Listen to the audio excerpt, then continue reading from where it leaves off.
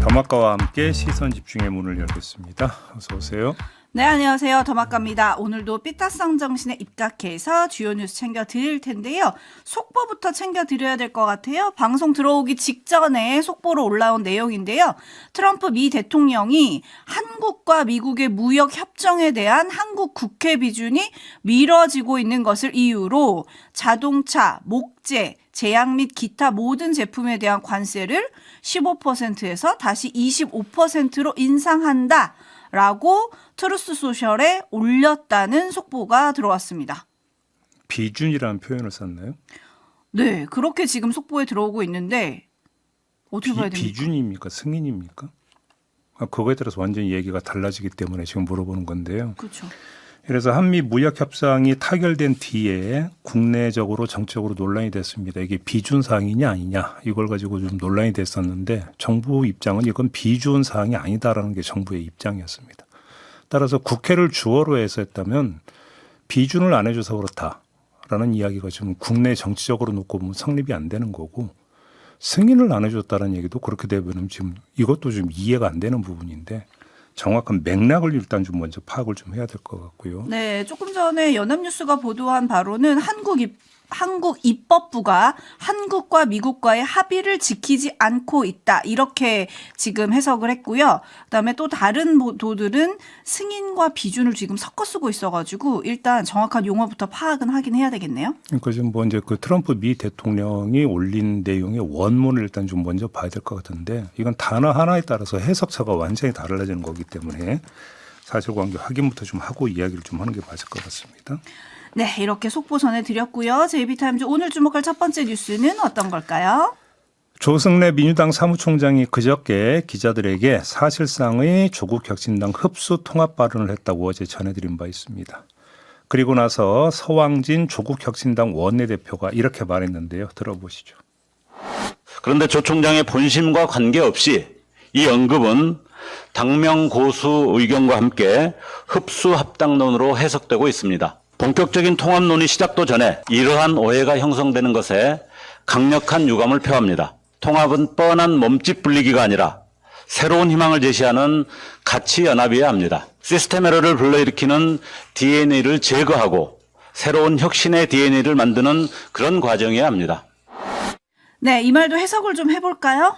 자, 서왕진 원내대표의 저 말을 한 문장으로 집약하면 혁신의 DNA를 시스템에 심어야 한다. 이런 뜻이 됩니다.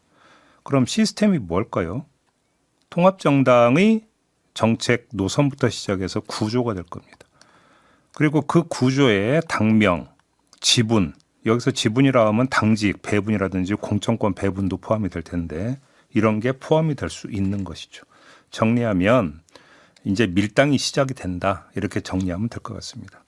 근데 밀당의 주체가 누구냐? 조국 대표라는 거 아닙니까? 협의에 정권을 위임을 했다고 하니까 관련 구체적인 이야기는 3부 차규근 의원과 인터뷰에서 한번 소화를 해보겠습니다.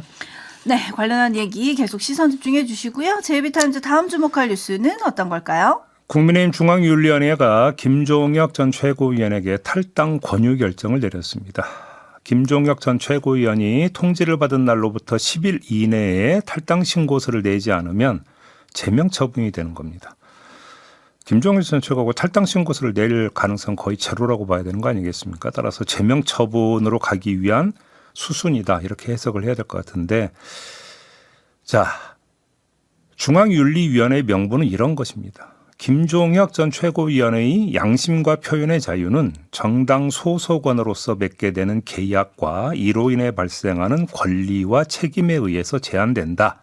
만약 온전히 표현의 자유와 양심의 자유를 누리고 싶으면 정당을 탈당해서 자연인의 자격으로 논평이나 비평을 하면 된다.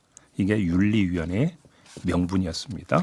네, 에비추님이 맨날 독재 하더니 이게 정당 독재 아닌가요? 라고 물음표 보내주셨는데 미칠 파장은 어떨까요?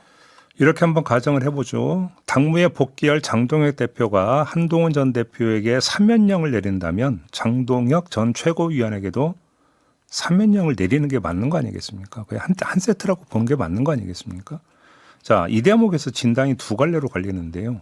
중앙윤리위원회의 이 결정은 징계 절차를 빨리 마무리해서 사면령 발동의 조건을 정비하는 차원이냐 아니면 사면령 택도 없다라고 하는 무언의 시위냐 이것인데 결국은 누가 키를 쥐고 있습니까? 장동혁 대표가 키를 쥐고 있는 것이죠.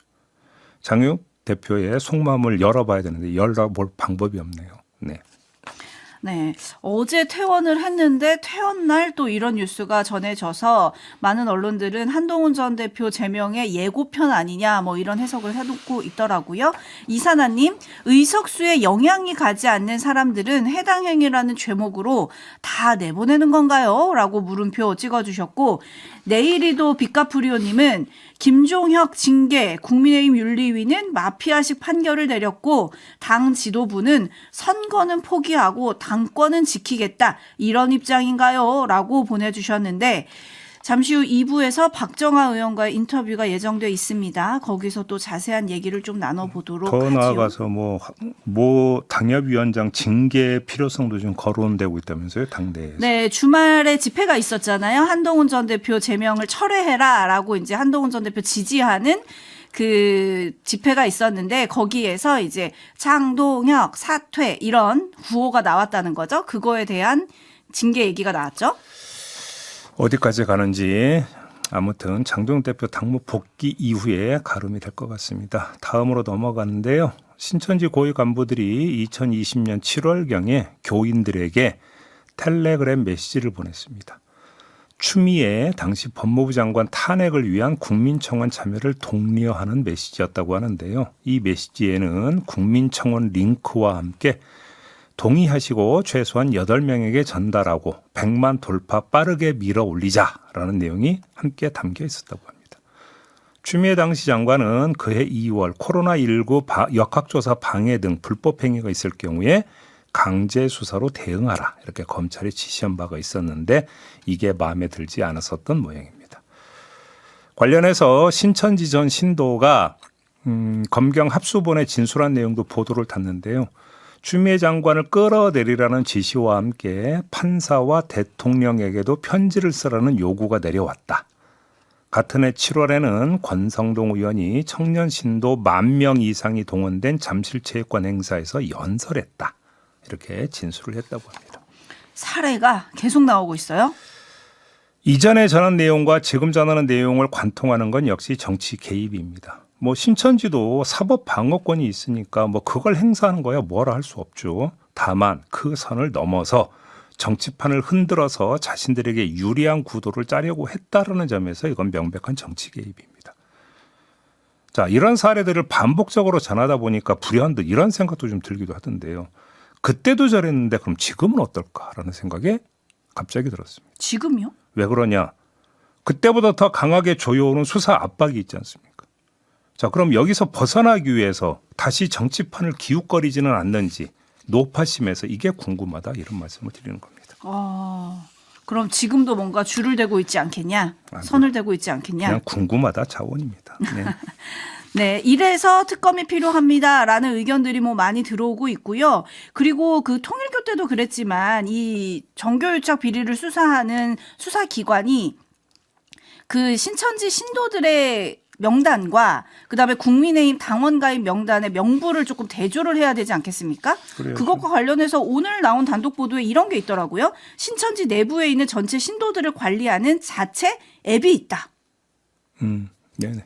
그러면 요거랑 이제 그 이 DB랑 그 당원 명부랑 이렇게 조회를 해보면 금방 알 수 있는 거 아니에요? 당원 명부의 접근을 먼저 해야 되는 거겠죠. 그럼 그쵸. 또 압수수색 영장을 발부받을 거고 국민의힘은 가로막을 거고 그렇지 않겠습니까? 그렇겠죠. 그 최종 결과가 어떻게 나오는지를 봐야 되고요. 좀 네. 전할 내용이 많아서 빨리 가겠습니다.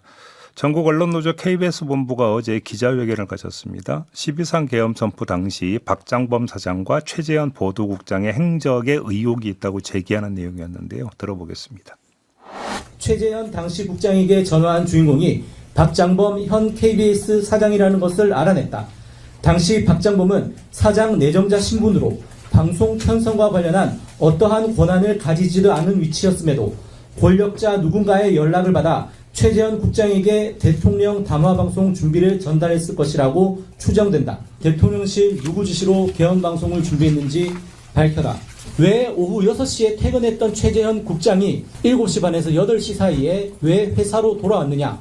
그리고 회사에 돌아와서 대통령실 출입 기자 등을 통해서 대통령실의 동향 확인을 하라고 지시를 하고 생전 들어가지 않았던 뉴스 부소정실에 들어가서 KTV에서 신호가 들어오는지 수신 여부를 체크했고 결국 KBS의 누군가가 회원 발표와 관련해서 대통령실과 긴밀하게 소통하고 있었다라고 추론할 수밖에 없는 정황들이 명확하고요. 네, 이미 알려진 내용이 있죠. 윤석열 전 대통령이 국무위원들에게 22시에 KBS 생방송이 확정돼 있다라고 말했다. 이 소식은 그 전부터 이제 다 전해졌던 내용이었는데 이게 사실이라면 KBS의 담화 발표를 사전 통보했다고 볼 수밖에 없습니다. 확인할 점은 담화 내용까지 귀뜸을 했는지 아니면 담화를 해야 되니까 방송 준비를 좀 해달라고 이렇게 그냥 추상적으로 요청을 한 거지. 요걸 좀 갈라야 되는 건데 이 진실을 밝히는 열쇠가 되는 게 바로 박장범 사장의 통화 내용이다. 이렇게 정리를 하면 될 것 같습니다. 네, 박장범 그때 당시 KBS 사장 내정자가 누구랑 통화를 했냐? MBC가 취재한 결과 최재혁 당시 대통령실 홍보기획 비서관과 통화했다. 이 내용까지는 지금 나왔습니다. JB타임즈 다음 주목할 뉴스는요? 윤석열 전 대통령 변호인인 윤갑근 변호사가 어제 충북도청에서 기자들과 만나서 충북지사 선거와 관련된 이야기를 했습니다. 대통령과 절대적 다수의 정부 여당을 견제하려면 국민의힘이 이번 지방선거에서 승리해야 하고 거기서 내 역할이 무엇인지 찾아보겠다 이렇게 밝혔는데 이어서 이런 말도 했습니다. 들어보시죠. 예비후보 등록이 2월 3일이니까 그 일정에 뭐 절대적 속박을 받는 건 아니겠지만 그 일정을 어느 정도 고려해서 결정을 하고 말씀드릴 기회를 가져야 된다는 생각을 하고. 네, 참고로 윤갑근 변호사는 청주에서 2차례 국회의원 선거에 도전했다고 고배를 마신 적이 있는데요. 자, 이 그 뉴스에 주목한 이유가 있는데 자, 윤 변호사 얘기를 다시 잘 들어봅시다. 2월 3일 예비 후보 등록 일정을 말하면서 자, 이 일정을 고려해서 결정을 한다. 이런 말을 하고 있습니다. 자, 이 일정 2월 3일 예비 후보 등록 일정 말고 또 하나의 일정이 있습니다. 뭐가 있습니까? 2월 19일에 윤석열 전 대통령 1심 선고가 예정이 되어 있습니다. 자, 이 선고 일정을 염두에 두고 저 얘기를 한 게 아닌가 싶은 생각도 좀 드는데요. 설령 그게 아니더라도 상관없습니다. 짚을점이 하나 여기서 도출이 되는데 12.3 내란 사건 가담자들의 변호인 일부가 튀는 언행을 보여왔습니다. 왜 저럴까라는 분석이 뒤따라고 이 분석 끝에 유영아 국민의힘 의원이 소환이 된 적이 있었습니다. 탄핵된 박근혜 전 대통령을 변호한 이력을 배경 삼아 금배지를 단 거 아니냐. 그래서 일부 변호사들이 이 유영아 의원의 경우를 따라하는 것 아니냐라는 분석이 그때 나왔었습니다. 자, 이 분석 결과를 적용할 수 있는 사례가 윤갑근 변호사의 행보이냐. 이게 지금 시선 집중해서 봐야 되는 내용이다. 이런 말씀입니다. 네, 담쟁이 넝쿨님을 비롯해서 많은 분들이 변호가 목적이 아니고 자기 정치가 목적이었던 게 맞았군요. 라고 보내주고 계십니다. 네, 오늘은 또 뉴스 제고를 전해드려야 돼서 JB타임즈는 이렇게 마무리하도록 하겠습니다. 담화가 수고하셨습니다. 고맙습니다.